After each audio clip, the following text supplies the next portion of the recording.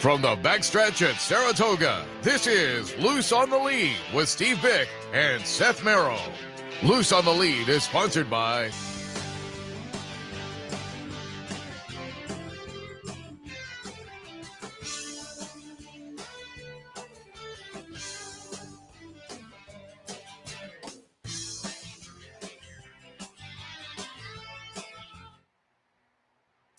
Good morning. Welcome to the Sunday edition of Loose on the Lead. Seth Merrow and Steve Bick. Steve, good morning. It's always a Sunday edition. We don't have a Monday, Tuesday, Wednesday edition. I guess you're right. It always is the Sunday edition. Yeah, it's the Sunday edition. Well, it's another you're Sunday. So busy because you've got so many different shows that you're. Yesterday, I had to take a little break. The heat and humidity. I finished TV. I went home for like an hour, sat in the air conditioning, and recuperated. So you missed the chance to have people buy you drinks all over town? No, early in the day. This was the beginning of the car. Oh, okay. Yeah. Oh, you mean like after the show, TV. You went home for a freshening? Yeah. Because that humidity this week, a little short one. They really did. Yeah. Good for you. Yeah. Good for you. I had to recharge the batteries a little bit because the humidity kind of sucks it out of you. You know what they say? It's not the heat. It's the humidity. I said that to somebody yesterday. I said they nailed it for the past week up here. It was the truth. I'm impervious. To humidity, really? I'm like a non-sweater. I like it hot because I love hot summer nights, warm summer nights. So I'm not really complaining, but it's just running around during the week. Remember when you could get away from the heat and humidity by going to our house in Maine? Yes, I do. And now it's a distant memory. He sold the thing out from under us. That's good. Well, and you and Tina actually get a little claimed ownership. The chairs out on the deck, and we always left a little something to we always leave whenever we're Tina and I are America's guests, and we always leave something to leave it better than we found it. That's our policy. You nailed it. We were very visible from the water with the chairs, and so we appreciated that. It was nice. I'm still upset that when you cleaned the house out, I wanted you to save me the password game. You had the box password game that I was. I don't think we tossed those out. I'll check. I'll check the storage unit. This will end up on Storage Wars. Had the little the colored card. Yes, exactly. Yeah. You've got kind of an Alan Ludden feel to you, and I'm like Betty White. Yeah. Did I ever tell you that you talk about an anachronism? You can pull up old passwords on YouTube, and there was a while where I was watching them. They're kind of fun, but man, you talk about dating, show dating itself. One day the contestant was a man over here and a woman over here, and he would always introduce the contestant. Okay, it's John Smith over here. John, what do you do for a living? And John said, well, I'm an architect, blah, blah, blah. And over here is Betty Johnson. Betty, what's your husband do for a living? It's like, really? Alan asked that question. I mean, it was 1962. But still, that is. It was the sign of the time. Sexist as can be. Unbelievable. So, speaking of sexism, that's actually a very good lead-in into yesterday, because it's amazing how Linda Rice is smarter than virtually everybody, and everybody hates her for it. It's unbelievable. Yeah. She enters that film star MTO. She's the only one smart enough to do it, and wins the stake. Yeah. And she's been smart that way up the entire meet, taking shots with the MTO. It's amazing. It's amazing. You always have to look at that MTO list when they're off the turf. There's no question and everybody, everybody knows we're going to get spates of bad weather, and so you would think that every turf race. I mean, by the way, we're on the turf today, as you heard if you were watching the show. I just tweeted it out as well. You would think that any horse you've got that is eligible, take your shot. You'd throw in their MTO, and give yourself the option. The one that makes me nuts is when they enter MTO and then it comes off turf and people scratch. Like, wait a minute, why'd you do that? Unless sometimes they enter back and and you're obligated. Yeah. Anyway, I do. Let's dive into the off the turf topic. And I saw you talking yesterday and to Dr. Palmer, getting the scoop. Dr. Palmer will join me tomorrow on the radio for a much larger conversation about the decision-making process yesterday to take the races off the turf. And, of course, it set off, and then, they made the racing office at that point decided to move the 2 stakes because they would have been decimated. There's really no reason to run, the 2 graded stakes off turf. So that's why they were canceled. And yes, it throws everything into a chaotic scenario with the cancellation of the multi-race wagers and all of that. If you pay attention to this kind of thing, Dr. Palmer and and the Gaming Commission released the report from last year's catastrophic breakdown incidents. And in it, Dr. Palmer included in it is a data-driven policy, essentially, and system that is going to measure moisture, principally in the turf course, but also on the main track. And the decision-making about things coming off the grass, and then the racing office can make the decision how they want to handle those races. But those decisions are now going to be basically driven by this new approach. And we as horse players are just going to have to accept it and acknowledge it, just like we're basically accepting and understanding that the evaluation process of regulatory veterinarians and on-track veterinarians is going to be how we're going to proceed, and that horses are going to be scratched at the gate. Horses are going to be scratched in the morning, and us as players and owners have to just accept this and not squawk and screech with every single incident. And for us to survive as an industry and as a game, this is the new reality. And it's really a fool's errand to be carrying on and saying how, we have to boycott and this is an outrage. No, it's not an outrage. It's taking care of the horses based on the information that we now have access to. This has been a 10+ year project by the industry. It's been wildly successful. We've cut fatalities in half per 1,000 starts. And for those of you that haven't paid attention, our fatality rate is now below Australasia and Europe. So we've got to be accepting of this. Yeah. Period.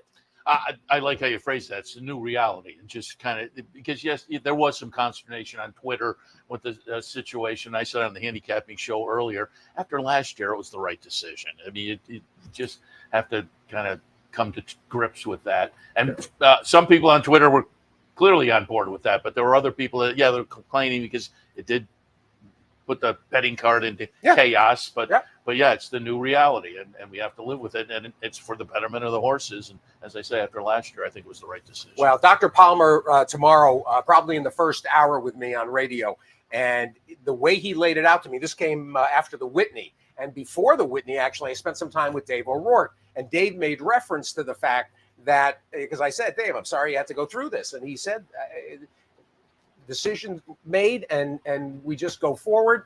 There's 21 days to make up lost revenue. They're not worried about losing revenue. They're worried about losing horses. And the outcry of some lost revenue is nothing compared to the outcry of losing horses. Speaking of which, I don't know the incidents involved per se, other than the fact that want to send out thoughts to Mrs. Benoit, Britland Stables out of Louisiana. Her wonderful mare, overcharged. Yesterday went wrong in one of the stakes at Ellis Park. She was just spectacular. And one of those horses that, 17. Which just felt invincible and indestructible. So thoughts out to Shane Wilson and his son Connor and the whole barn and everybody that loved her. And she had a big following. Mrs. Benoit could have brought her home to Britt Lynn and bred her probably after last year, but brought her back. She's got the highest speed figure in the entire sport this year, a 113 buyer. She just, it's just I started saddest, guitar, right? Yep, Star Guitar. Was Very sad. So yeah, some sad news there. I also wanted to mention for our friends on the standard bread side, it was Hamiltonian Day tomorrow. Hambo! The short price favorite Carl got it done under Yannick Gingras. Nice day down at the Meadowlands. That also gives me a quick segue. Talk about Hambo Rambo. Chuck Simon. Chuck doing, knock on wood, doing really well. Oh, nice. And everybody that sends, I get emails, get texts. Chuck doing really, really well. Oh, excellent. I saw the Cherie DeVoe tweet. Cherie, she had visited. She was hanging out. Well, CJ Milkowski came in from Oklahoma to spend a week with Chuck, which is so thoughtful. And everybody, Chuck's brothers and Dave Spears and Anthony Spinelli, and his buddy Steve, everybody's pitched in. But the good news is these first 3 rounds of chemo, plus he's gotten the first of 3 immunology treatments that basically we're going to have to do a little bit of fundraising again because it took basically $90,000 out of pocket to pay for 3 immunology treatments. But blood transfusions, his energy levels are up. He's back eating again after a terrible period. So everybody that's been so kind about asking about Chuck, Nice. Doing well and still needs our, he's got a long way to go. But, the tumor growth has been arrested. In fact, they're shrinking. His enzyme numbers, particularly the liver enzymes, they've gotten strong again. And he's on the mend. So Excellent. Chuck Strong. Hambo Rambo. Yeah, good room for him, certainly. I have been all along here. You want to hit on your play of the day again? We did it on the Handicappers Report. Did you want to do it live? Did you show the video? Yeah.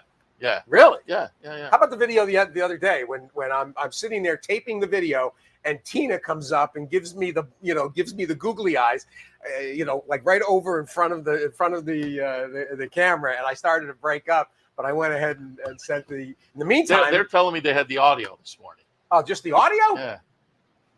I mean, come on, the audio. Well, look at what you're dealing with here. We have you here live. A lot of people just tune in to see what I'm wearing and what you're wearing. My tie. And when you said that, I thought, I hope I get that tie someday. Well, you're not going to be happy because Tina, I had a whole. Oh, she's got another. Yeah, that's fine. Well, here's the thing. Another. Well, no, she's making a quilt. Oh. She's taking the ties and she's making a quilt out of the ties. Right. So she's robbing you of wardrobe. Yeah. It's so we've not fair. We've gone from bago ties to blanket-o ties. Exactly. Well, she saw it on what's the Pinterest or something like that, or on Instagram, and so now she's had this idea to take my ties, the old ones, but I said this isn't fair to Seth. He counts on this. How do you think he bought that new car? He sells the excess on eBay and so and Etsy. Yeah. I've got to hit. I got to start hitting a little bit, and my approach has not changed. I've just got the one win and one, I think, either place or show. But my approach to this is 8-to-1s, 10-to-1s. And so the strike rate can be a little bit lower. But I've been really disappointed with the performances of some of these horses that have really, I've been in the same boat. Yeah, I mean, well, you had yesterday. Yesterday's you had the dark horse of the day. Yeah, so that's a couple of winners for me. I completely picked the wrong Pletcher. You took Uncaged. I took the other one. The other one ran okay. I did cash though because I keyed off of. Well, no, that was in the one with not Furioso, Ferocious. Ferocious. Yeah. Well, that was some performance. Yeah, that was 90-something buyer too. The first 90-plus buyer of a 2-year-old so far this year. Anyway, the play today is in the 10th race, and I'm happy that we're staying on the grass because Officer Derek, the Motown gelding for Horacio De Paz, second off of a layoff from March when Tom Albertrani had just broken the maiden with Officer Derek. And that performance at Aqueduct in June was pretty good. Kind of got involved late, past some tired horses. Comes back in here for 30,000. Non-winners of 2 lifetime. He's 10-1. And any improvement off of that last race, and Bob's your uncle here. Carmouche sticks, and I'm very excited about Officer Derek. And I actually agreed with something that Anthony said, which it's hard to believe. The card today is really a lot of fun. Yeah. Usually these Sunday cards have a tendency to be, kind of like the remainder bin at Barnes and Noble, where there's, a couple of things you can pick out here and there, but generally, it's stuff that didn't fit all week. This card has got all kinds of bettable horses at square prices. So we will talk about one. Our next guest is right here. He has the Roddy horse in the 6th, but you'll appreciate my dark horse play is in the 6th today. How could I pass up the Mike Deeney horse, Saratoga Snow? As I wrote on, for those that saw my write-up, I wrote Mike Deeney, ? Vacoma, ? 8-1, sign me up. Yeah, I 100% agree. Yeah, and totally. Sibling Caldwell Loves Gold, who won the Oaks out of Finger Lakes just a month or so ago. Well, Bruce Levine may have something to say about it, and certainly if Twirling Lulu twirls a W, it'll be a popular winner's circle with Roddy Valenti and Bruce and everybody. Irad sees fit to ride, as we like to say, right? Also wanted to tee up, as we normally do, Beat Bick. Wasn't the Beat Bick race canceled yesterday? Beat Bick was canceled yesterday. In fact, I got a question about it online from no less than the original clubhouse lawyer himself, Trey Stiles.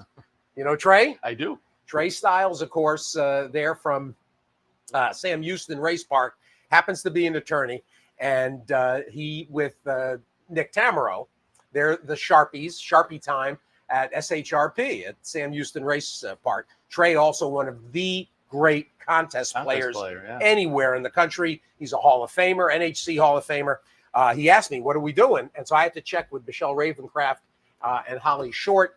And much like the racing office today is going to redraw the race, we're bringing the race back next Saturday. Oh, all right. All right. Very good. And we'll see what happens. Now, I understand when it comes to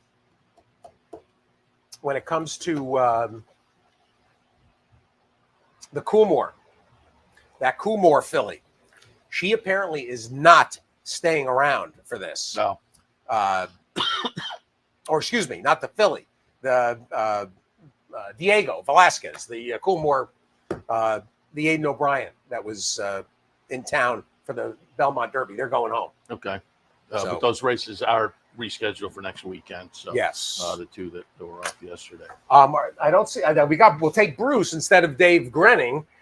So maybe Grenning to follow. He might have gotten hung up out and about. I will tell you that Dave Hill is going to join us, the author from Hot Springs that wrote the fabulous gangster Hot Springs set novel, The Vapors, and kind of a ragtime style, ripped from history. And Dave, also one of the great gambling raconteur authors in the country.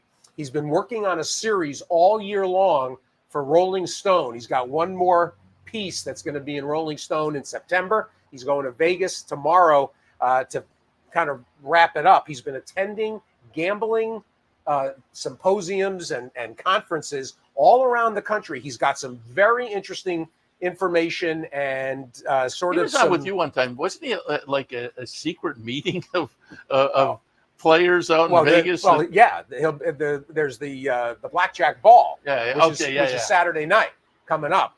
He'll be out there for the Blackjack Ball, which is Dave Hill.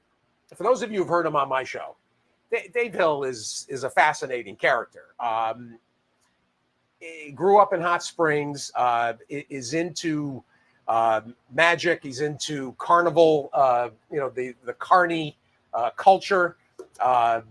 He loves, quick buck artists and the kinds of things that three card Monte and slicksters. He's got 2 seasons of a Gamblers podcast that is unbelievable. Features interviews and conversations with gamblers from every walk of life: backgammon, cards, horseplay, sports betting, you name it. Dave Hill will absolutely captivate you if you aren't familiar with him. And he was also doing already a radio show picking the NFL games this season. Well, with me. Yeah, that's what I'm saying. Yeah. He was the last season, not this past one. The year before, the New York Times plucked him to do their NFL analysis weekly. He had a positive ROI. He was over 500 for the season. Then he comes on the show with me and picks out games. The guy is a absolute invaluable treasure and a brilliant writer. If you don't have the Vapors, we'll tell you how to order one. Right now, though, want to take the break and let's get Bruce. He's busy, Bruce Levine.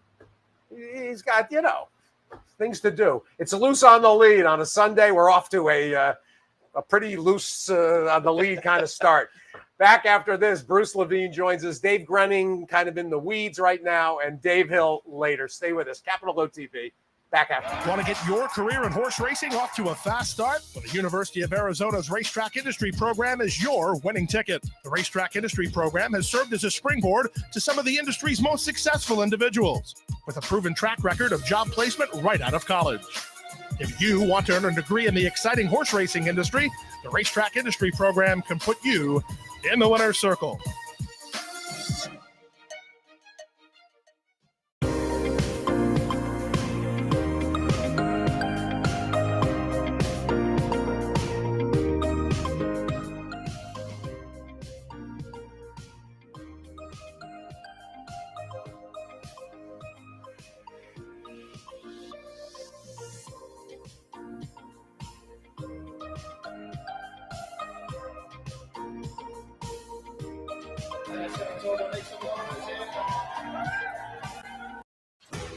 Sometimes it pays to go with the flow, to check your worries at the door, to reconnect with your crew, to follow the thrills and the flavor, to roll with it and see where it takes you, to enjoy every minute to its fullest, and to dance like there's no tomorrow.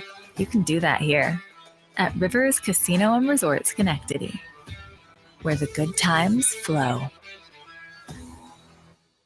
Turn your love of racing into savings with equine discounts through the NTRA. Purchase through equine discounts and receive great savings on well-known brands like John Deere, Sherwin-Williams, Big Ass Fans, Farmers Insurance, and Office Depot. Join thousands of other equine members and support companies that give back to the sport we all love. Call 866-678-4289 or visit equinediscounts.com to start saving today.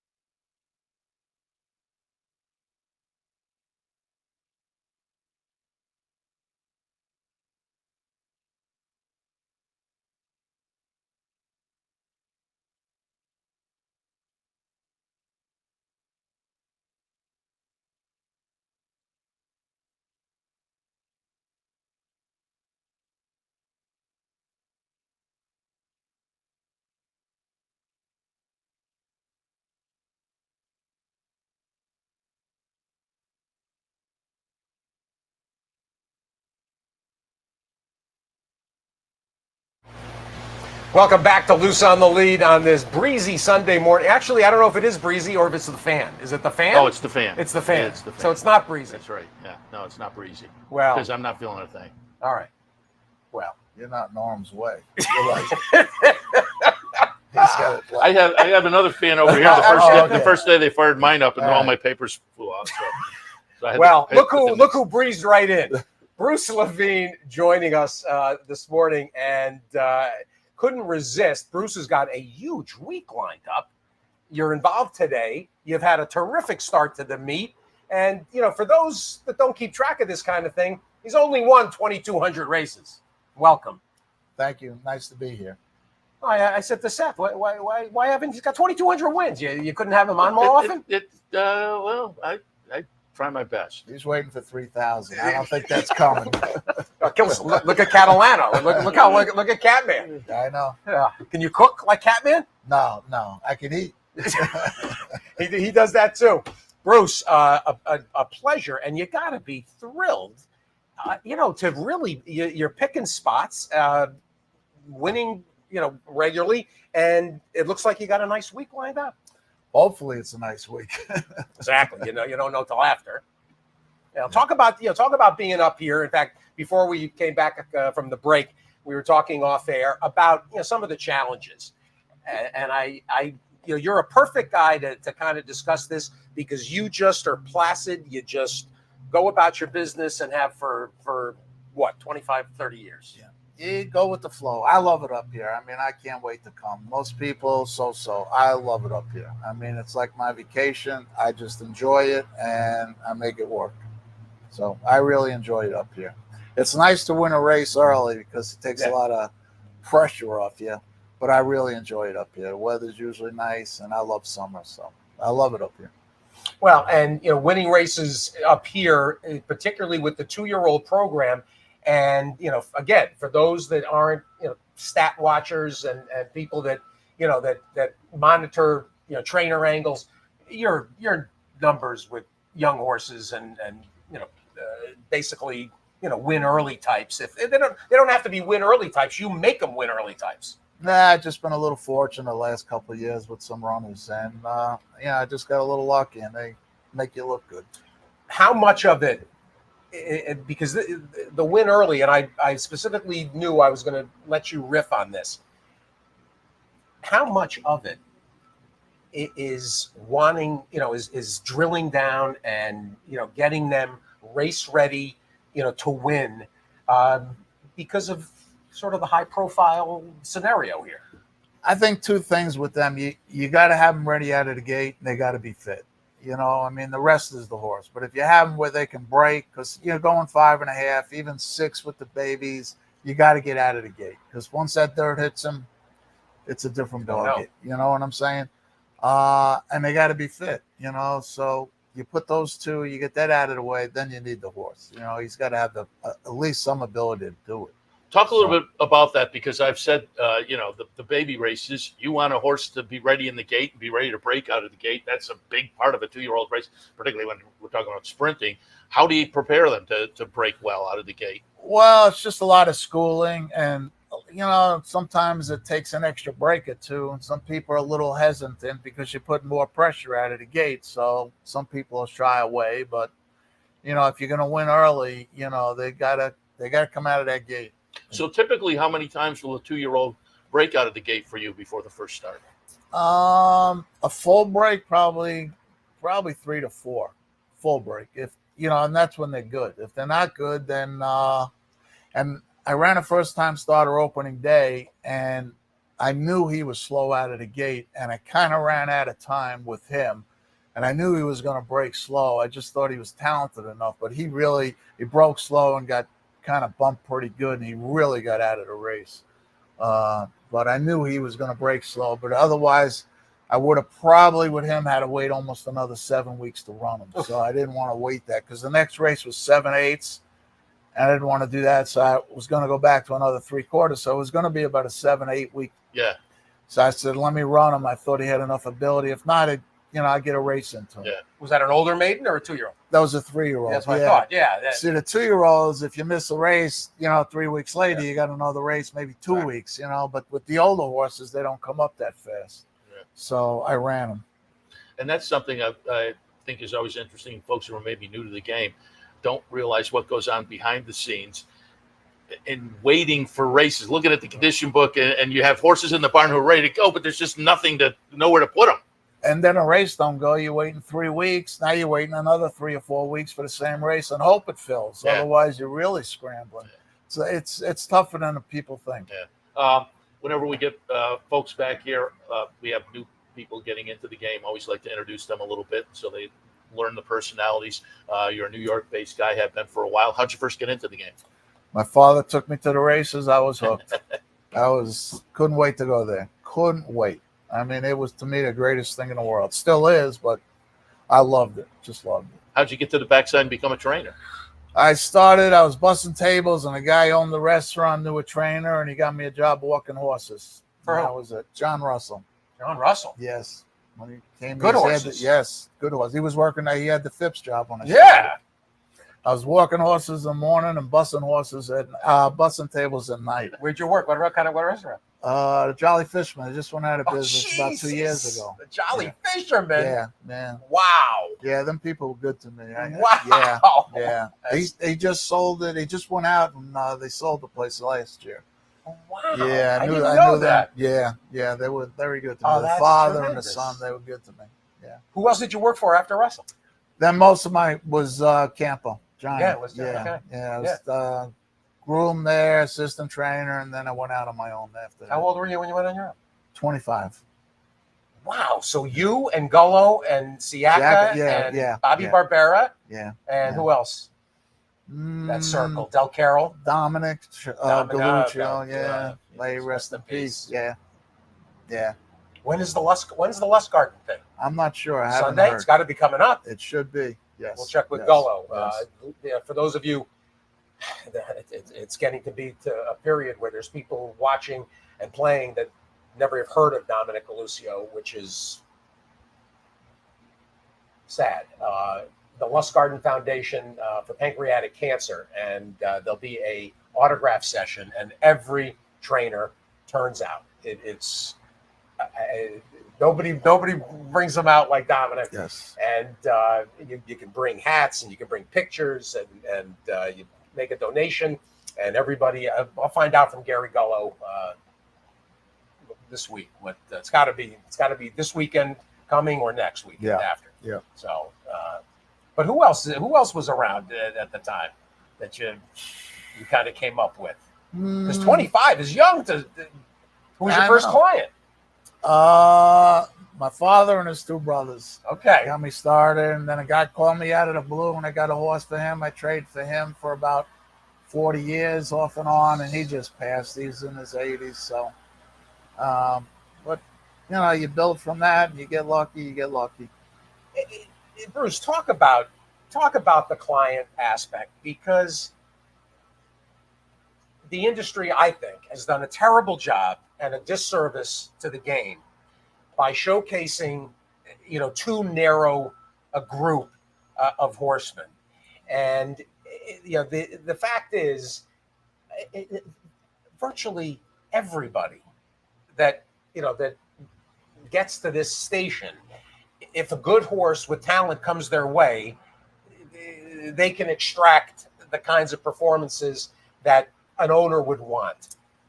Yeah, the big trainers have gotten so big, they just overpower everybody, and they just get all the business. I mean, all they do is win, which, no take away from them. But it's just a guy gets in the game, he sees a guy winning like that, and he just kind of migrates that way, Exactly. It's, even if a little guy gets a guy like that, they seem like they migrate that way. They just have so many horses. They know what they're doing. They make themselves look good because they don't run the bad ones, run the good ones. And, it's just hard on a little guy today because they, nothing goes around. When I first came around, they didn't have Saratoga training. So they had a 35, 40 stall limit at Belmont. So, after 40 Yep. Somebody else got those horses. Yep. So all the good horses got spread around, and you had a lot more balance. You didn't have one guy running so many in every race in a stake race. It was just way more balanced game. Well, and people have come, they say, well, they should go back to stall limits. It's a little late for that. That cow, not only is that cow out of the barn, it's been served up as a T-bone. The problem we also have is there's all these private training facilities. There's the Fair Hills. You go to Kentucky, there's a half a dozen, Mercury and Skyline and the Thoroughbred Training Center. Yeah. Anybody, if they were to say, well, you can only have 36 stalls, nobody's going to care because they can have 150 horses at a private facility. So this is pointless to say we should go back to that. It's too late. The other element of this that I talk all the time on radio. There's certain horsemen. They're good with the animals. They might be good with their people. They might even be good at managing the administrative part and the billing and collection and the paperwork and the workman's comp and all the things that are there. There's so many aspects of being a CEO, essentially, of a business. When you're not every horseman is also a marketer. Not everybody. I mean, you look at somebody like Jimmy Jerkins is the example. Jimmy's never was going to go out and glad hand to find new owners. And so you talk about an 80-year-old guy, dying. That's an issue because not everybody's going to go out and jump on Twitter and merchandise themselves. It's yet another skill that is required these days. No question. I mean, you got to be a good businessman, a good salesman, and a good horseman to survive. And a salesman will get you probably further than anything if you got the gift of gab, because you're going to get clients. And without clients and horses, no matter how good a horseman you are, you got nothing. Exactly. So, exactly. And it's a different world today. It's, Facebook and all that. I'm not Facebook and all that either. No. Well, when it comes to clients, I mean, you've had and have, some really envious owners, and obviously Roddy Valenti, who we'll talk about here. Roddy and you got Mike Rapoli started in the game. I don't know about started, but I had him for a long time. We did, I had a lot of success. A lot of success. Well, and there's plenty of people out there that and nobody begrudges. Guys get to there's certain perceptions, Bruce, about he's a claiming trainer. Okay, that might be a certain aspect, but I mean, look at what you do with 2-year-olds. So that's obviously you can start with a fresh horse. How about your work at the sales and picking out young horses? What's your? I like to buy young horses. I used to do a lot of claiming, especially with Rapoli and whatever. And I started basically, with a mix. Lately, I just claim very few. I think it's a lot harder to claim here than it was, and you can't hold on to them. Anything you run that's live, you're going to lose, and it's hard to refill your stalls. It's just hard to stay in business just claiming. Very hard. You need a lot of money to stay in business, and there just isn't that many horses to claim. So I've kind of leaned more to the babies because, they'll fill your stalls, and you can get lucky with stake horses. So I got no problem. I can go either way. You know what I mean? Sure. I mix it up. I claim one up here, but I like the babies. You can get lucky with stake horse that way. It's hard to claim a horse and make him a stake horse today. Pretty difficult. How about the state bred program? And obviously, if we look ahead to, and we've got to talk about today's race, but Wednesday and Thursday, you're in the 2 state bred stakes. In fact, you dominated the race on Wednesday, right? You got 3 in. Yeah. I try to buy New York breds because I don't have the big money. And, to spend 30, 40, 50, 60,000 on a horse, you might as well make it a New York bred. It's just hard to compete at that price with an open, to go open. So, if I can buy a New York bred, I'm going to buy them. If they're good enough, they'll run open, which many have. So, So that's what I do. What are you expecting on in the stakes action? I don't know. Mott's stretching out the Silver Sterling horse. I don't know if she gets a mile. She's the best horse in the race. She was second going a mile and 16th early on. The last couple of races were, I don't know, so 2 back. She got in some trouble last race. I can't give her too much of an excuse, but he's stretching her out. He's running her back a little quick. The Cupid's Heart, she's doing good. She doesn't get a lot of starts, but she's doing well. Yeah. The last race was good. Filly, she beat comeback win last night for Linda. So, she's a nice filly. And the other filly, Sunset Louise, she's training really, really good. She's gone through a rough period. She's training really good. The other horse I have, I'll probably scratch her more than likely, unless there's a couple of scratches. And I think I could be third and pick up some black type because a half sister has a stakes winner, so it would mean a lot. So. And let's sit on Roddy's horse this afternoon in race number 6, Twirling Lulu. I ran into Roddy the other day, and I think he thinks the horse thinks highly of the horse. Certainly, the dam had a very nice career herself. 10 starts, a couple wins, 3 seconds, and a couple thirds. Miss Hot Stones and by Twirling Candy. There's a little bit of win early there. Some nice workouts underneath. And race 6 today, Twirling Lulu. Yeah, I'm not 100% sure she's 100% fit. Okay. I didn't have company the last 2 works. I worked her in company 3 back. She worked really nice out of the gate at Belmont. I couldn't find company to go 5/8 yet. I don't have as good a line on her as I'd like to. She's pretty fit, but I thought if she ran good, there's a stake for 200 at the end of the month. So, rather than train her for another 2 or 3 weeks, give it a shot. These days, though, it's not unheard of to bring a horse into a stakes race, particularly in August. A lot of them are only going to have the one start or no starts. So you're not at that big a disadvantage. Yeah. Even if you get beat, you could be second or third and still run good. And talk go about that. it. That's interesting, though. Working in company, that's the preferred method for you. And they stay focused. They compete. Once in a while you'll get a couple that'll just go, but by themselves, but most of them need the company. They're going to get more out of it, and get a little fitter too. I'm curious, where are you located up here? Oklahoma. Oh, you like it over there? I've been there for a long time. Yeah. I like it, but I come to the main track a lot because I like to bring them to the paddock and school them. So, sure. I'm all over the place, but the weather's nice. So, it's just nice. I love training here. I really do. And Oklahoma, what was it, last year or 2 years ago? They widened it? Yes, I'd say more than that, a couple of years maybe. So the reaction I've heard has been positive to the. The track's good, and I like it. I like both tracks. I'm good. I had to step off to they wouldn't let Dave Hill, our next guest, they wouldn't let Dave in at the guardhouse. You got Hogan's Heroes over there, and it's unbelievable. They're not gonna let him. It's easy to get into the White House. Exactly. It's unbelievable. You obviously you catch up on the family too. I mean, Bruce, the satisfaction of Bustin' Stones' success has really got to be right. It's got to be the greatest satisfaction in your career. It is, and it's amazing. He was so unsound. How sound is Get Off? It's unbelievable.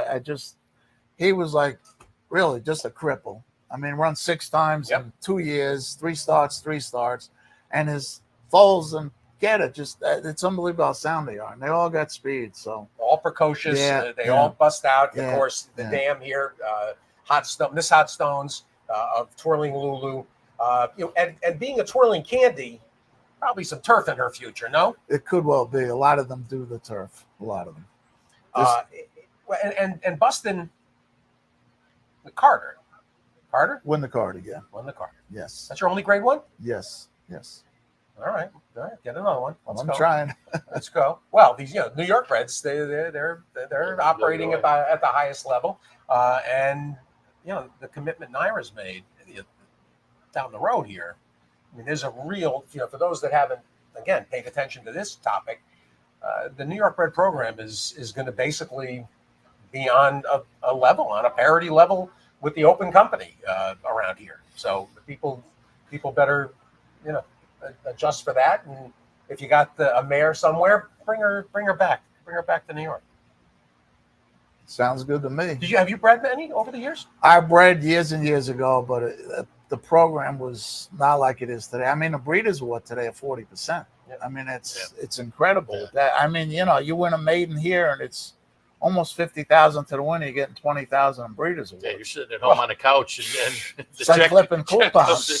Send the baby down to Virginia for 6 months. I know, but they've cut back on that A little bit. Yeah.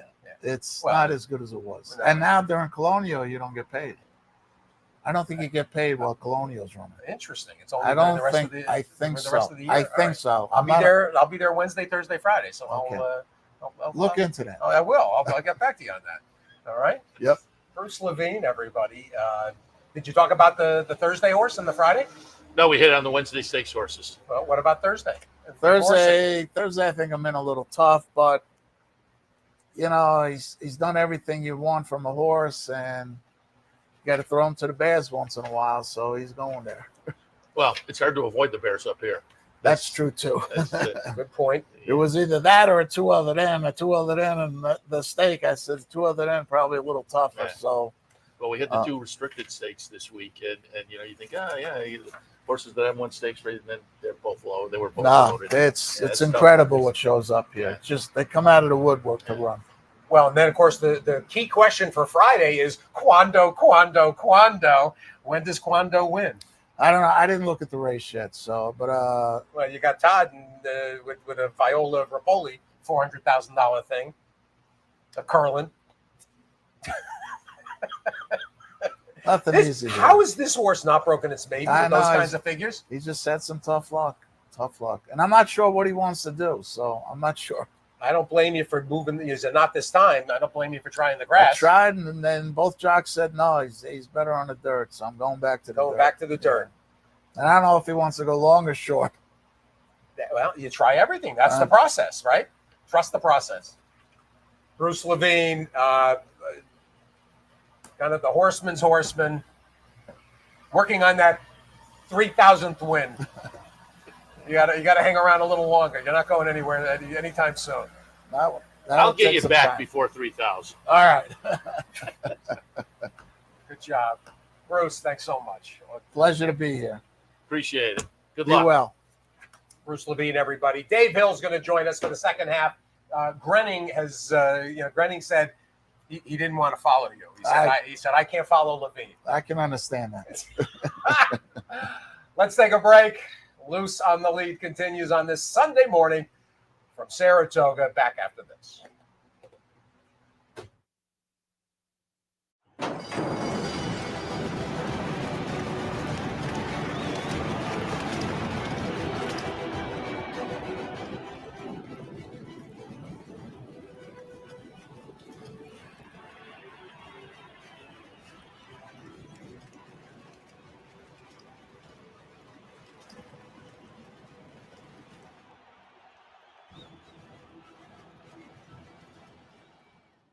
Birdstone is an outside front. They're coming down to the finish. Can Smarty Jones hold on? Here comes Birdstone. Birdstone surges past.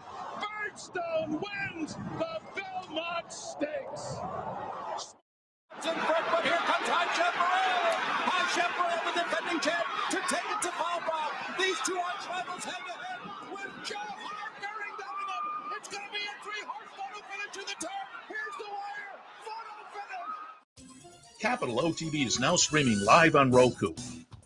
The RTN Racing channel on Roku lets you watch OTB TV live through your Roku device or your Amazon Fire Stick, rather than being limited to computers and mobile devices, which means you can now watch OTB live wherever you are. Simply open Roku, scroll to find the RTN channel, then click on OTB TV. OTB TV on Roku. Try it now.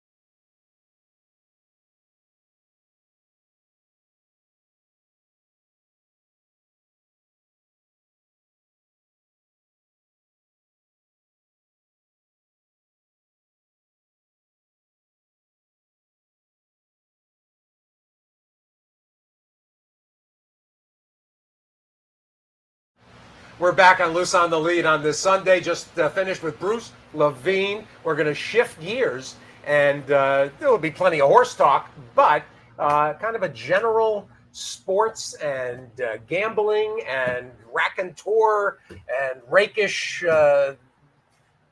author Dave Hill up at Saratoga this weekend, and irresistible to not have you join us on Loose on the Lead. Dave, welcome. Hey, thanks for having me. It's really cool to be here. Well, for those of you that listen to my show, you've heard Dave for years. And in fact, it came up. We had dinner last night with our wives, and it did come up, although we didn't flesh it out, how we even connected originally. I'm not sure either. I think it was you reached out to me after something I might have written, published somewhere about racing, and you asked me to come on the show and talk about it. You were pretty regularly on ABR, right? America's Best Racing. Before that. Yeah. Before that? Way before that. Okay. And because I've had Dave on the show as well. I said when he sat down, we've done the phone or Zoom when we were down in the studio, talking about the vapors and talking about some of the ABR stuff. And, I mean, even with the work I did for ABR was really, all of it came about because I wrote a piece for Grantland when Grantland first launched. It was about racing and about Oaklawn. In fact, the story I wrote for Grantland, this would have been like 2012, was really a precursor to the book. It was a story about my grandmother and my family and about Oaklawn Park. And, I went down there for the Southwest Stakes and ended up writing this kind of piece all about the history of that town. And that story, I ended up writing a lot more about horse racing after I published that story. It used to be really difficult to pitch to publications like that, horse racing stories. And I felt like that one sort of earned me a pass to get to write a lot more horse racing pieces for Grantland and then later The Ringer. Well, and Dave, for those of you that know Dave's work, it's appeared in the Atlantic, GQ, Esquire, the New Yorker, all the big names. Yeah, not Vanity Fair. I haven't written for Vanity Fair, no? but yeah, I've written for a lot of them. Harper's. Yep. I traveled with the Carnival for Harper's. I don't know. Well, that's one of my favorite. Yeah. One of the things that I mentioned actually when I said you were going to be on the show, you were probably on your way over. One of my favorite parts of Dave's background is your affinity for carnies. I mean, you're a sucker for a carny.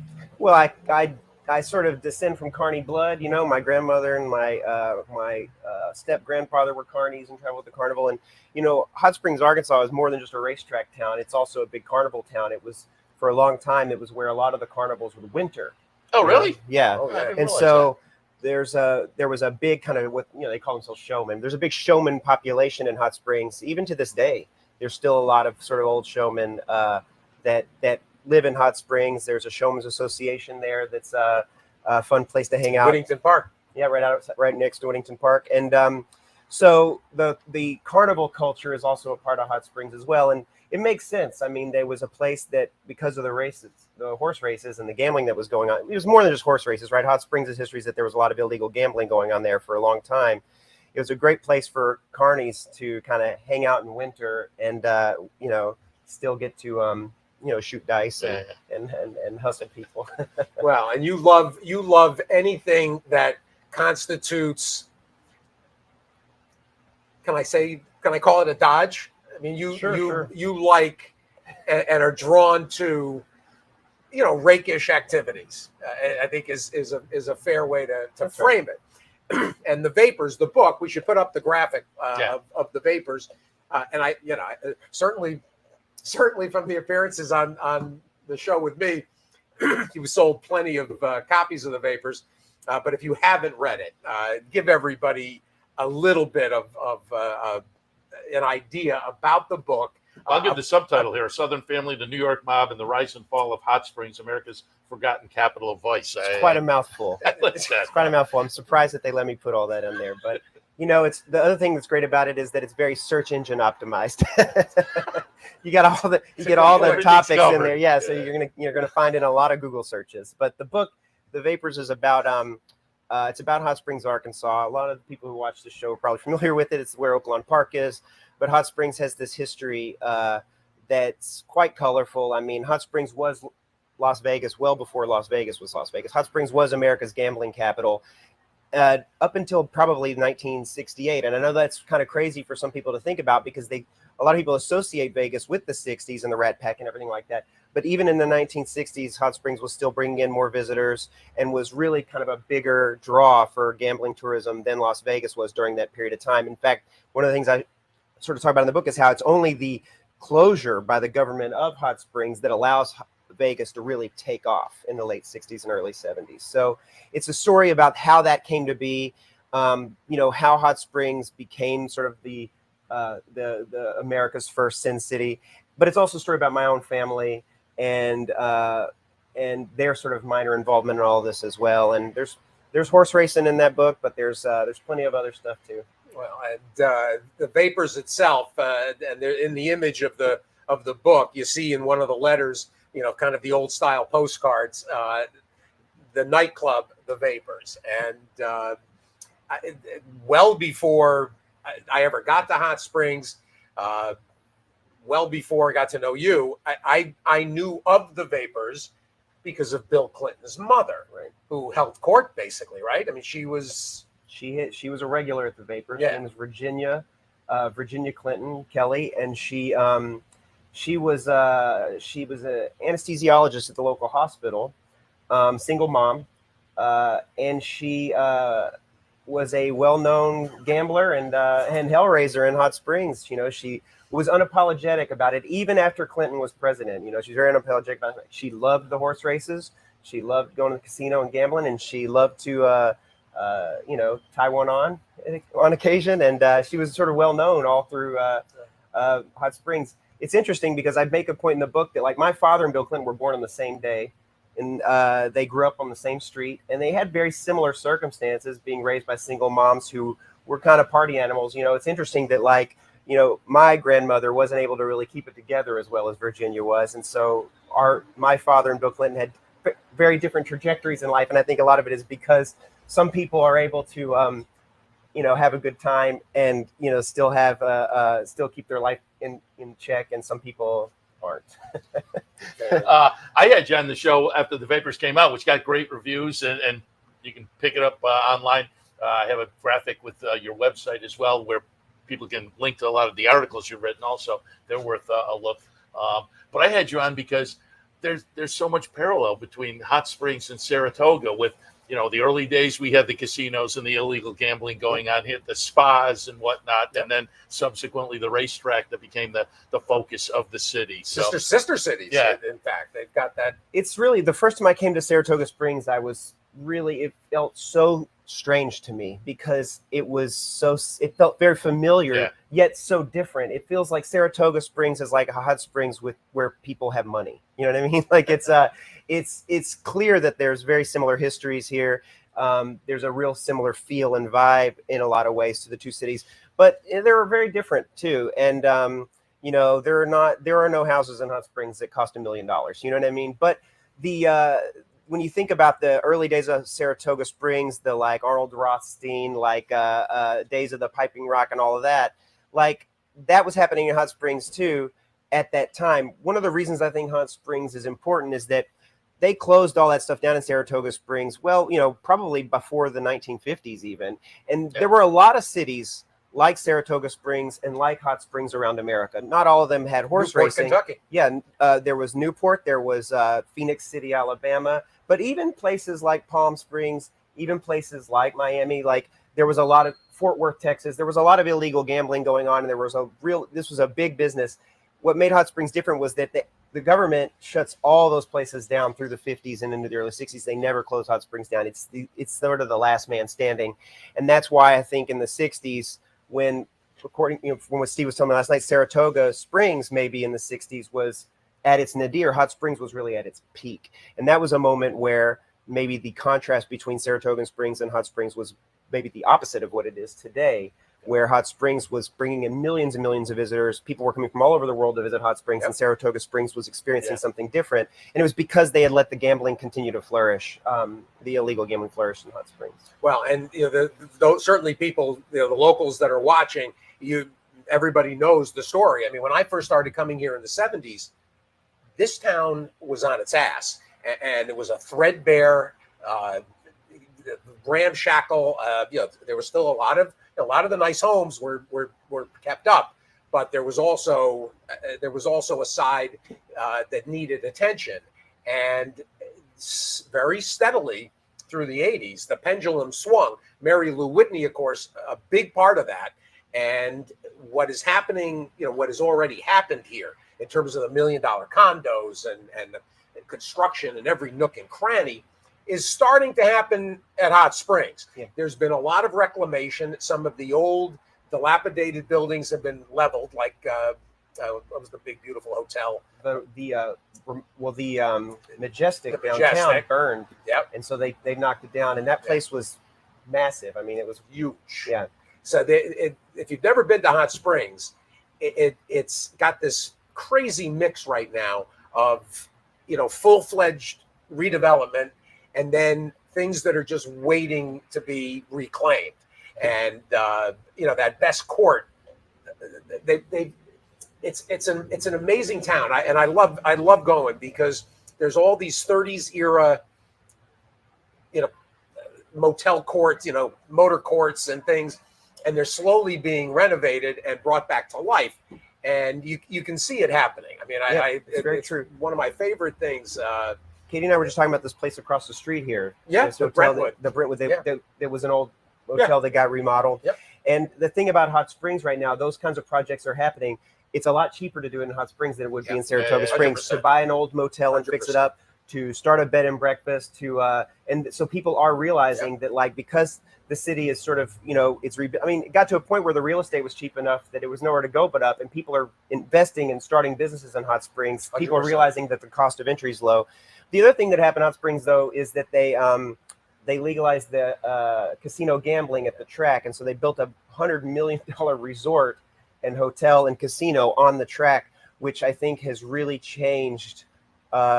It has really it put a lot of wind at the back of those folks who've really been trying to to rebuild Hot Springs because of the sort of because the tourists have all come back, and 100%. And we went through a period like what you described for Saratoga Springs and Hot Springs too, after simulcast. And I think a lot of racing towns experienced this too, where used to in Hot Springs, throughout the 80s, you could count on the crowds coming for the race meet. They followed the races.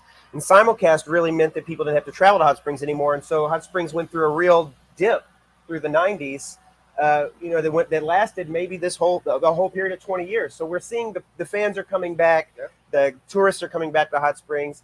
And I'm glad they are, because it has a lot more to offer than just a racetrack. It's a national park. It's a beautiful place. Yeah. It's there's great people there and there's great food. I mean, I'm glad to see that people are deciding to travel back into Hot Springs. I'm a huge fan of Oaklawn. I only made one visit. I have a sister who lives up in the Fayetteville area, and so I was on a road trip south and stopped at Oaklawn for a day. And the whole atmosphere to me was very familiar, because the fans who come to the track, they're really into it. And boy, you look at the simulcast signal now on our end, and you look at the apron, and it's full on the weekends. Mm-hmm. And so, people may not remember, you alluded to it, in the 60s, this place came, this close to closing down. And so it's hard to imagine these days, but it's revitalized. So I'm glad to hear that Oaklawn and the Hot Springs area are doing a little revitalization as well. Also wanted to touch on, Steve mentioned it earlier, talk a little about your podcast.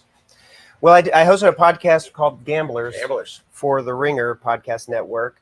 We did 2 seasons of that, and the idea of the show was to profile professional gamblers, people who make their living from gambling at all kinds of different games. The idea, my hope for the show was to always kind of find new and interesting things that people made their living gambling on, right? And not just spend the whole series talking to poker players and sports bettors, And I think we were successful at that. I mean, we found some very unique and interesting people who gamble on some very interesting, unique games and sports. But the show was, it's a sort of documentary style. It's not a talk show. It's not an interview show. I would make these sort of hour-long documentaries about these gamblers, and it was a lot of fun. I got to travel literally all over the world and meet some of the most fascinating people I've ever met in my life doing that show. What was the most unique gambling target?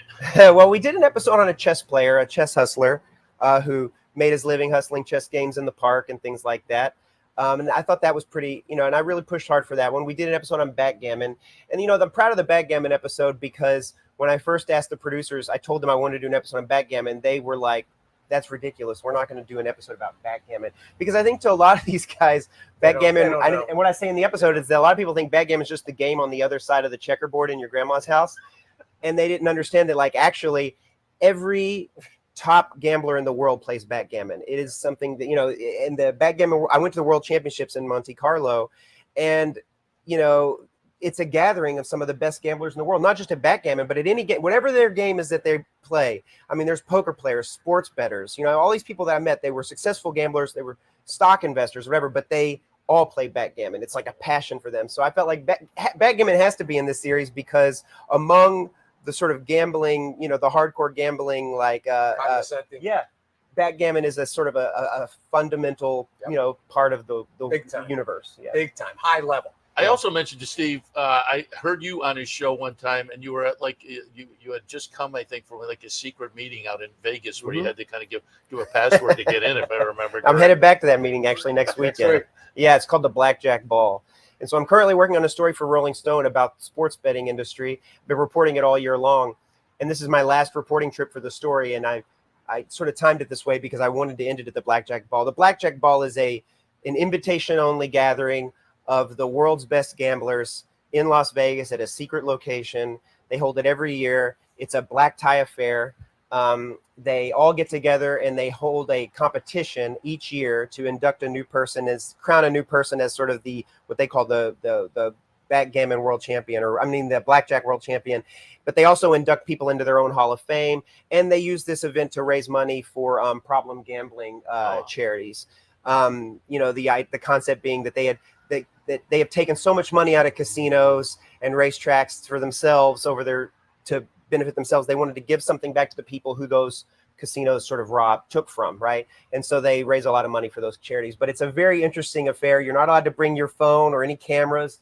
I'm not allowed to say the names of people who are there, who attend. It's all very secretive. Some people don't use their real names even among themselves. They don't even know their real names. They use fake names. Yeah. With that as the backdrop, and this story that you continue to research and work on, I want to get in a little bit about the work you've done and the attendance at essentially gaming symposiums and conferences during the year. And you've attended a bunch of them, and you've got some revelations about what's going on in the sports betting arena. And we just had our own Jockey Club Roundtable on Thursday, and the sports gambling topic continues to, be, a lead conversation point when racing people are getting together, and there's a great fear or assumption that sports betting is going to totally overwhelm horse racing. Over the coming years, and personally, I haven't bought into that at all. And there's evidence, in fact, that it will be left standing, much more so than the sports betting machinery that's out there. Bring everybody up to speed, Dave, on what the landscape looks like right now and where it's headed. Well, it's interesting. When I got this assignment to write this story at the beginning of this year, the idea, I think the reason that they wanted the story was because there's a lot of interest in this topic by sort of the lay public, the square sort of non-gambling public, because they see all the ads on TV, they see all their relatives on their apps, and they feel like it's just out all of a sudden everywhere, and they're inundated with it. So there's this perception that sports gambling has just sort of taken over sports and it's just, but what I think I've learned over the course of this year is that we actually might be at the beginning of the end of what we've seen, that they did a lot really quickly, and that the wave is crashing back over, so to speak. The big players in the sports betting industry already have their eyes set on what's next. And for almost all of them, what's next is ideally going to be iCasino. So in a lot of the states that now have sports betting, these same operators are trying to figure out how to get licensed and how to pass legislation to legalize iCasino.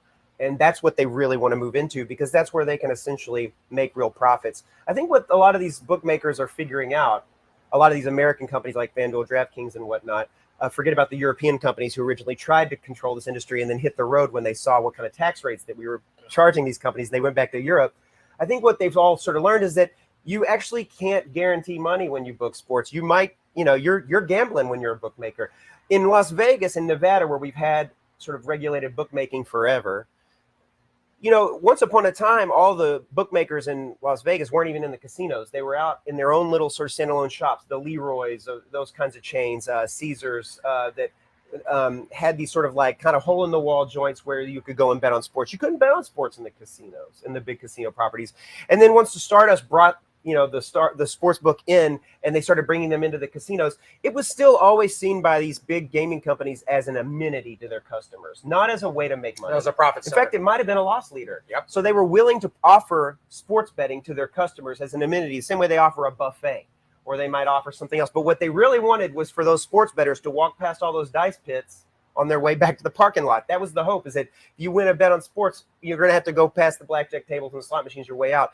That's always been their business. So the idea that you could then take those sports books and just make that your business, I think they're getting a rude awakening in the industry now, realizing that the margins are actually very small and that you are taking risk. And I think a lot of these companies don't want to risk. They don't like taking risks. They want to guarantee profits. Well, we're all out here betting, thinking that we actually can win. And the problem is that when we win, they take a loss. Versus at the racetrack with pari-mutuel system, where the racetrack actually doesn't have they don't have that concern about the gamblers. So I do believe you're right, Steve, that that there's a shelf life to how long we'll see the growth in sports betting, and I think horse racing's already sort of proved its mettle in terms of how long it can last. Well, and I've maintained from word go that that people were going to get ground up in the sports betting landscape, and that it was incumbent on our industry to advertise and merchandise that, hey, over here, you got a real chance to win. Yeah. And you want to bet a little to win a lot, this is the game for you. If you want to put some work in, because we all grew up, guys, all of us, Seth and me, I'm 64, thinking, gosh, if I could bet on sports, if I could bet that football game this Sunday, I could kill it. Everybody grew up with that. Well, now you can, and everybody's like, Jesus, why am I not winning? Because it's hard, because the line makers are very sharp.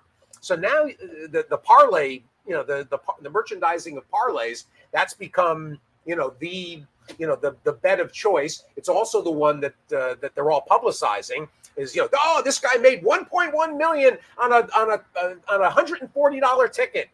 Okay. Okay, yeah, he's the exception. He hit the lottery. Yeah. Exactly. We've got people every day that are betting 140 and winning 15,000 on a maybe multiple times a day, and we've got to go out there and say, hey guys, you got fleeced. Come over here. Yes, our bet structure is a little expensive. There is a high rake, but you've got a fighting chance here if you want to work and learn. And we've got to take advantage of the current landscape with AI and give people tools that will help them get up to speed faster on things to bet and bet successfully. I think we've got a mammoth opportunity in our game. The other thing that's happening is that people who win at sports betting are getting limited by these companies. That's which is funny, yeah. which is hysterical, and all the whales, said that, and including guys like Dink. I mean, and guys that Dave Gutfriend, who lives in Vegas, who started as a horse player and then became a poker player and is as savvy as they get.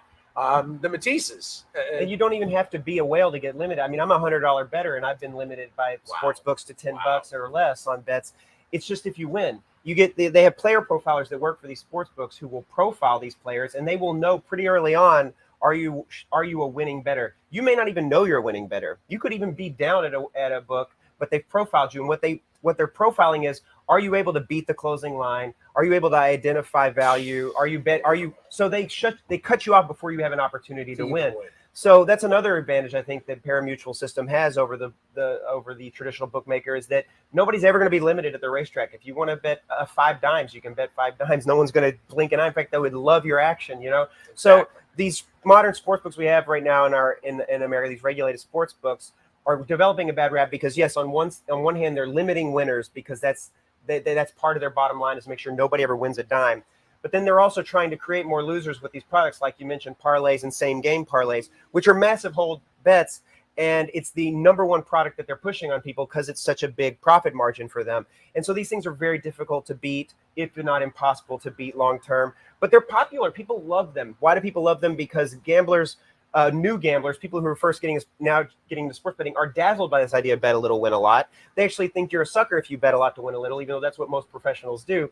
So I think you're right. I think that horse racing should figure out how to appeal to these bettors and say, you want to bet a little, win a lot.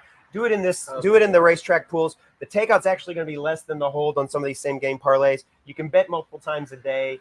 I think it is a good product to offer both to winning sports bettors who are being limited and sports bettors who are interested in things like same game parlays but are walking through a buzzsaw. And honestly, they may not have a choice, because if these sports books all start to roll themselves into iCasinos, or if we see the European sports books come back in and take over these operations, I think a lot of these sports bettors are going to be, they're going to go back to looking for their local bookie who will let them bet, or they may show up out here at the racetrack where they might want to bet on a superior product.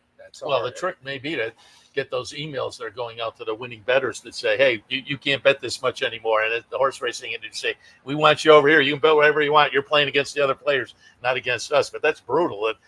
I mean, essentially, the message is we don't want anybody to win. That's right. On a consistent basis. That's right. Yeah. And they say it as much. I mean, they'll say it in their earnings calls. I mean, they don't want anybody to win. They will identify a customer as an unprofitable customer, and they say, hey, this is our business. We don't have to book to everybody. And this person's unprofitable for us. What does that mean? It means they're a winner. And the problem is that there are people out there who maybe are just starting out in that game who have the potential to really be good at it and win. Everybody who places a bet on sports wants to win. That's the reason they all do it. They hope that they win.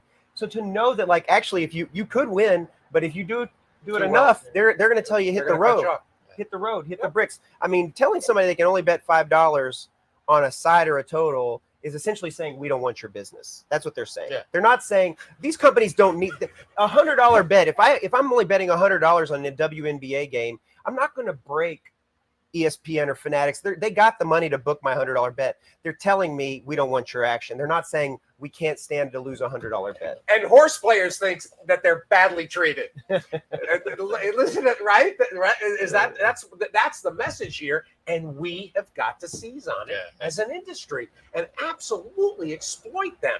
One problem we got, though, is some of those organizations are not going to love that message, because we're actually in bed. And there's actually some of the casino operations and the the sports betting operations that actually have been very good to racing. I mean, notably Caesars. Sure. Caesars loves horse racing, and they're committed to it. So, we can't be too heavy-handed. I think Caesars is a good example of a company that maybe is trying to look for an exit from sports betting. I think they're one of the companies who have said very publicly, hey, we're trying to figure out what's next. I think a lot of the major gaming properties that got into sports betting, like Caesars, MGM, they are recognizing now, because in all these situations, they like MGM has a separate company that handles sports betting from MGM that handles their. In all these cases, I think they're all looking for, okay, how do we then turn this into iGaming? FanDuel and DraftKings, who have all the market share, who are not traditional gaming companies, they're also figuring out how to get iCasino, right? They want to move into that too, because even though they have all the market share, they're not making any profit. So this is sort of the state of the industry right now. Now, I could be wrong. And 5 years from now, we could see a completely different picture where it could really all blow up. One of the things that could blow it up is this thing called sweepstakes betting. I don't know how much you want to get into this, but now there are companies who are operating unlicensed sports books using sweepstakes laws, like the laws that'll permit companies like McDonald's or something to have a sweepstakes, where they're having sports books that are completely unregulated, where players are able to play, and they're arguing that they have a legal right to do this under these sweepstakes laws. And these companies are growing, and these major licensed sports books are looking at this, and they're saying, okay, that's probably the future. This is our competition, right? This is a gray area that's going to get regulated. Like the feeling is they're not going to shut this stuff down. They're just going to regulate it. And these guys are all going to benefit, because that's what happened to sports betting. DraftKings and FanDuel were daily fantasy sports companies that were operating in a gray area. And rather than shut them down like they did in New York State, in New Jersey, they said, hell, let's regulate it. Let's make it legal. And that was the beginning of what we now see happening. So they're doing the same thing now with the sweepstakes model. What could prove what I'm saying wrong, that this isn't the beginning of the end, is that the dam may break open, and we may see that there just will be these unregulated books will spread, and all across the country we'll have these big sweepstakes sports book companies, and it could be a whole different paradigm. So Either one of those two things could happen. Well, and the sweepstakes concept, if you go back, and for those of you that are old enough to remember the Grand Union game and King Cullen, the horse racing game, where you would get, like you mentioned McDonald's, McDonald's had the thing with the Olympics, with the Olympic, right? And the Monopoly game. And the Monopoly game. Well, for years there was a merchandised horse racing game where you go through the register and you'd get like a scratch off card that would then you'd watch Calder, I think, old Calder on the tartan surface. Yeah. And if during the week you got 3 cards that said 7, you knew 7 wasn't going to win one of the races on Saturday night. They'd have a half-hour show the races. You'd look at your card, you know? and that when I was at Procter and Gamble, we used to have to do this. We were not in the main headquarters. We were in a separate building called the Dixie Terminal in Cincinnati on 4th and Walnut. And as it happened, we were on the 6th floor and the legal department was on the 7th, and there was a stairway.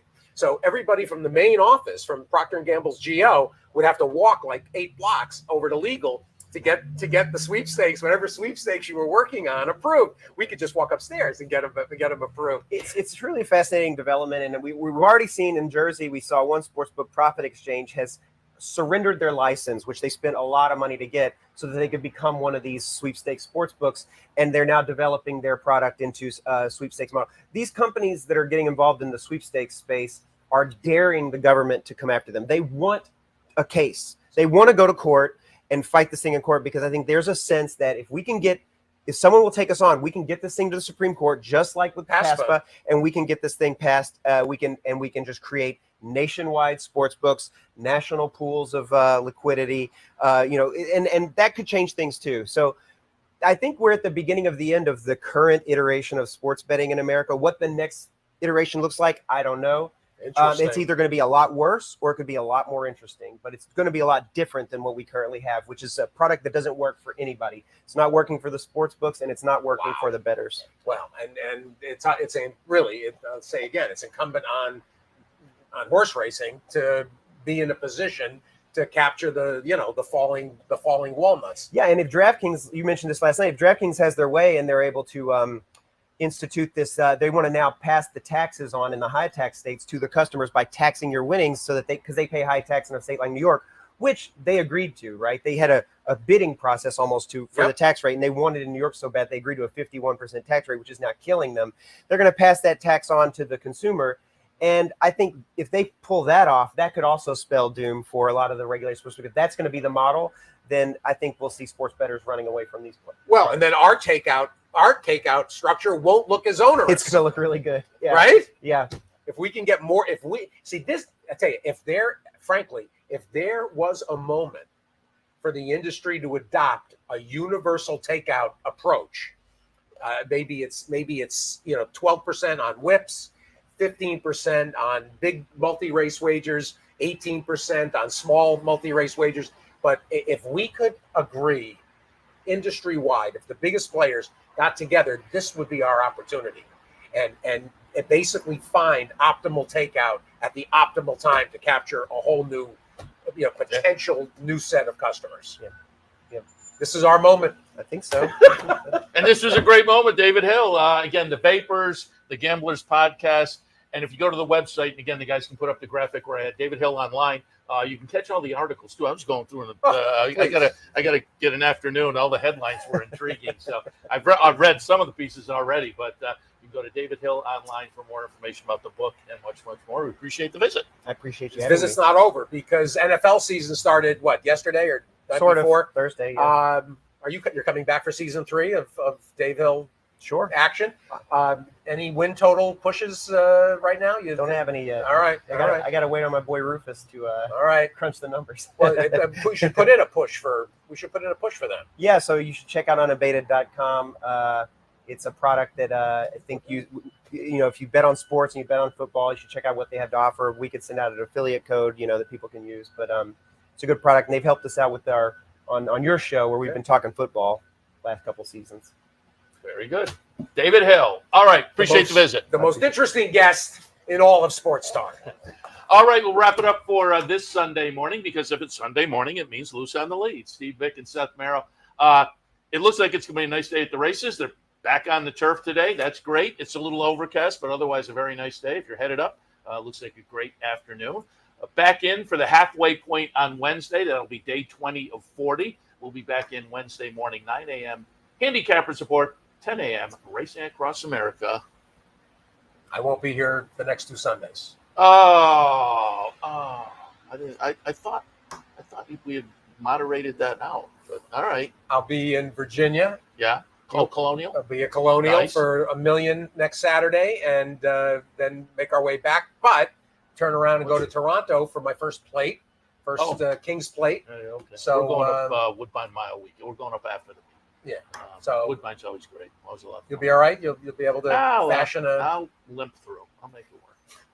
You can do some boots on the ground. Boots on the ground. That would mean a phone call, and I'm not sure up here whether that's gonna fly. We appreciate your tuning in this morning. Again, back in Wednesday morning for more here on the OTB Network, live from Clare Court. We'll see you then. You're watching OTB TV, a service of Capital Off Track Betting.